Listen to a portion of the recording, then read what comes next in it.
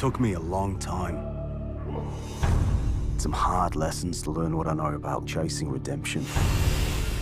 I was a wanted man with a price on my head.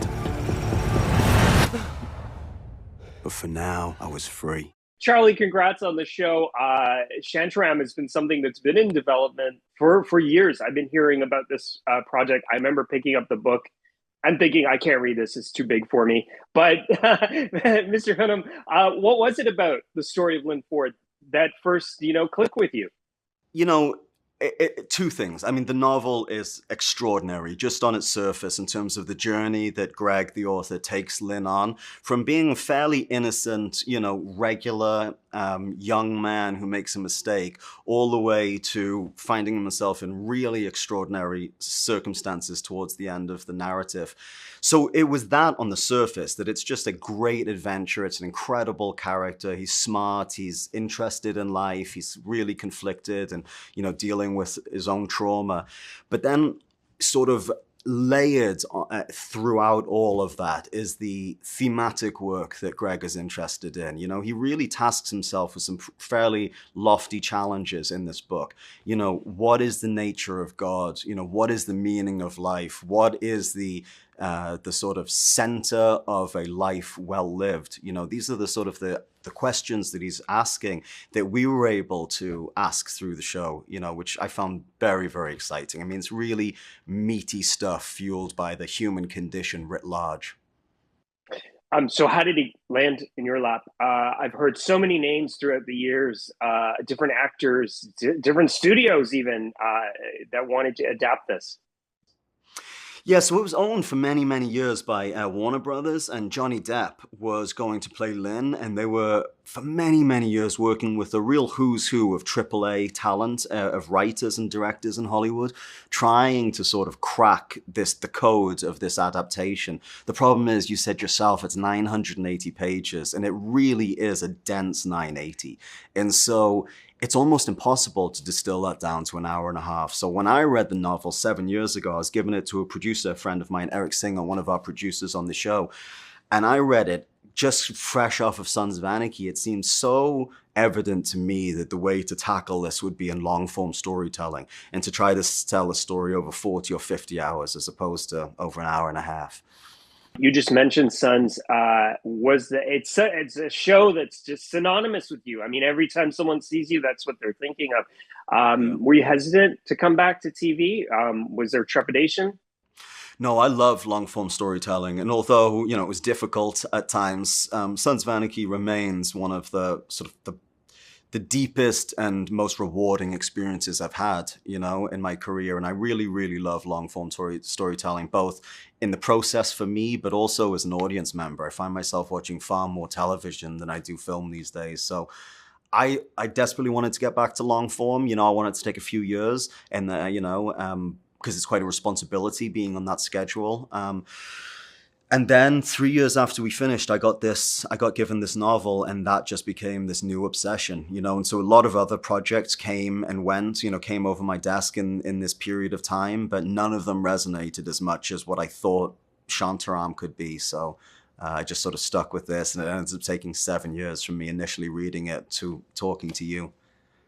Shantaram has some dark elements. Obviously, there's a criminal underbelly that Lynn is going to encounter in the series.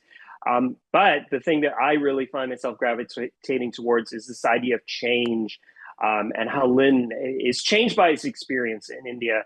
And then there's a spiritual element as well that you spoke about. So did you connect with some of that, the searching, searching for God, searching for some sort of spirituality in the character? Yeah, and searching for meaning, searching for meaning in life.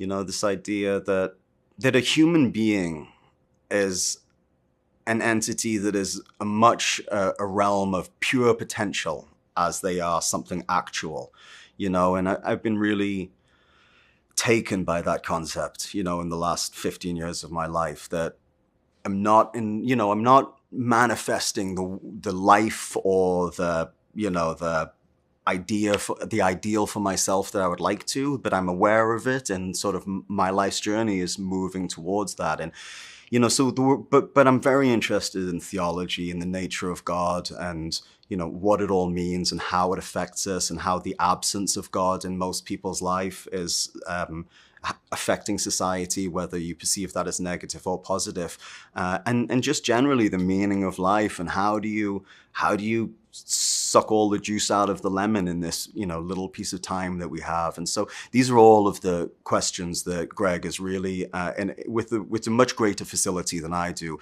able to explore and sort of really take them to a conclusion that feels satisfying and illuminating. So I felt very honored to go and play within the world of Greg's brain, which is pretty one of the best thinkers we have currently. You kind of set the internet ablaze when you hinted that there could be more sons in your future somehow. I did want to ask you, why do you think that character, stuck around and has resonated for so long? I think that there was something quintessentially American about what we were exploring in terms of autonomy and community, and I think that there was something in the zeitgeist at that moment that felt like we were satisfying some sort of wish fulfillment, or some sense of nostalgia for a simpler time, a more tangible time in America. And then, of course, in the decades since that show has come on, the type of maleness that we embodied in that show has gone out of fashion and then some, which in an odd way makes that show still feel relevant, because it's still part of the conversation, in the fact that it's trying to be stripped out of the conversation, whether that type of sort of maleness has any place left in society, And so when the show still feels relevant and comes up, for me, it's within context to that sort of greater question.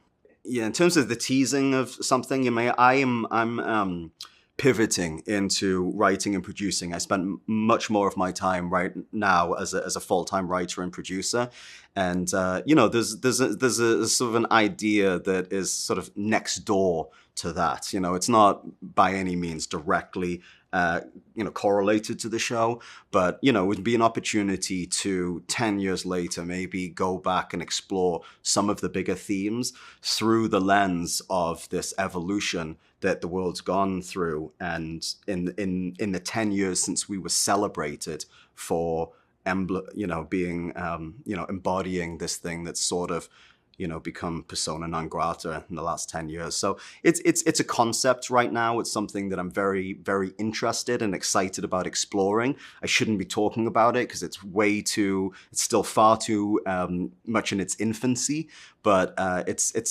an idea that I'm finding myself getting more and more pregnant with. So we'll see where that leads ultimately. But I certainly shouldn't be talking about it yet, because it's certainly not a fully baked cake yet.